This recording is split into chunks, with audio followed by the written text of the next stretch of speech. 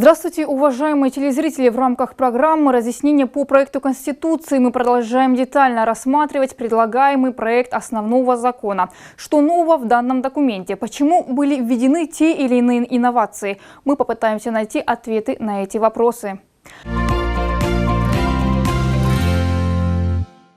Активное гражданское общество – обязательный признак демократического государства. Оно является третьим сектором жизнедеятельности страны наряду с властью и бизнесом. Включает в себя различные объединения, в том числе неправительственные и некоммерческие. Согласно проекту новой Конституции, граждане Кыргызстана имеют право объединяться в различные общественные организации. Данному вопросу посвящена 36-я статья, которая состоит из одного пункта.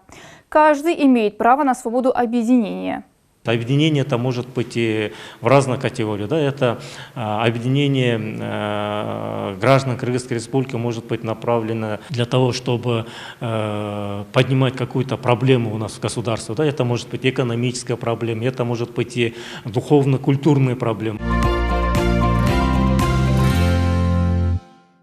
Наиболее значимым видом общественного объединения выступает политическая партия. Отмечу, что политическим правам в проекте основного закона посвящена 3 глава, которая включает в себя с 37 по 39 статьи. Именно в 37 статье в 6 пунктах подробно расписаны политические права наших граждан.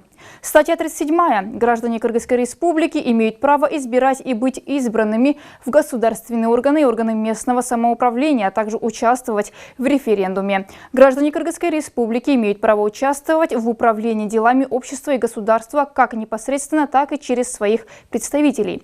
Граждане Кыргызской Республики имеют равные права, равные возможности и при поступлении на государственную и муниципальную службу продвижения в должности в порядке, предусмотренным законом. Граждане Кыргызской Республики имеют право участвовать в обсуждении и принятии законов и решений республиканского и местного значения. Каждый имеет право на обращение в органы государственной власти, органы местного самоуправления и к их должностным лицам, которые обязаны предоставить обоснованный ответ в установленный законный срок. Граждане имеют право участвовать в формировании республиканского и местных бюджетов, а также получать информацию о фактических расходуемых средствах из бюджета. Здесь, как отмечает юрист, особую значимость имеет следующая 38-я статья, которая гласит, что граждане Кыргызской Республики, имеющие иное гражданство, не вправе занимать политические специальные государственные должности. Данное ограничение может быть установлено законом и для других государственных должностей. Данная норма нацелена на обеспечение государственной безопасности, поскольку политическая активность людей с иным гражданством может повлечь за собой утечку секретной информации, избрание в качестве президента лица, имеющего иное гражданство, назначение или избрание лиц, для которых интересы Кыргызской Республики не будут превыше интересов иных стран.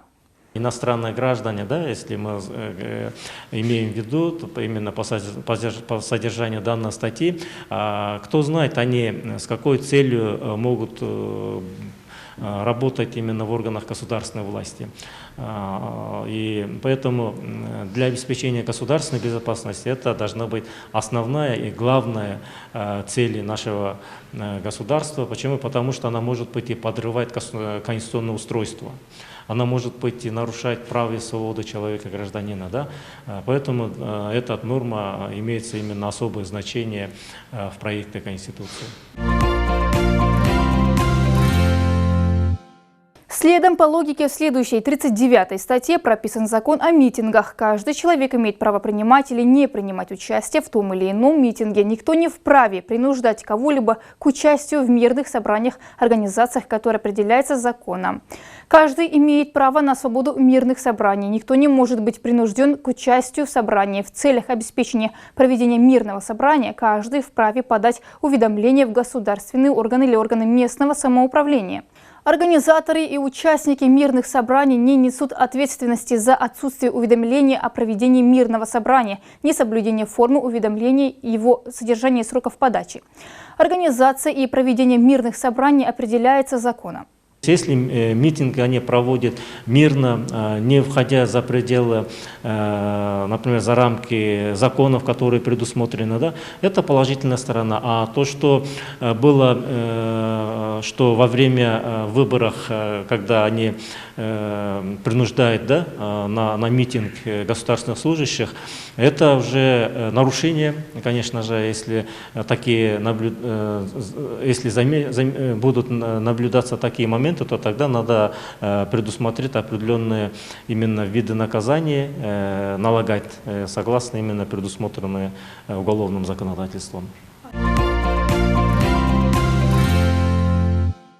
Далее следует 4 глава, где речь идет об экономических и социальных правах. Вопрос неприкосновенности частной собственности был отмечен в 30-й статье проекта основного закона. А вот сами нормы, регулирующие владение, пользование и распоряжение имуществом, уместились всего в одном предложении, и 40-я статья проекта в новой Конституции выглядит весьма лаконично. Статья 40. Каждый имеет право на владение, пользование и распоряжение своим имуществом, результатом своей деятельности.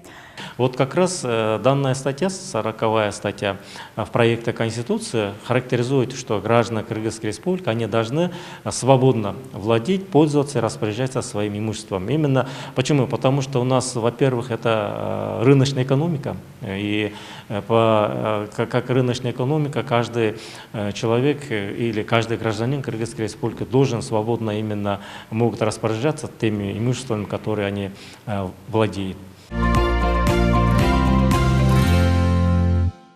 При написании проекта основного закона споры и прения возникали не только среди членов Конституционного совещания, но и в обществе. Какие еще пункты вызвали большой резонанс и что в конечном итоге предлагает общественности данный документ? Ответы на эти вопросы мы продолжим искать в следующем выпуске. Оставайтесь на нашем канале. До новых встреч!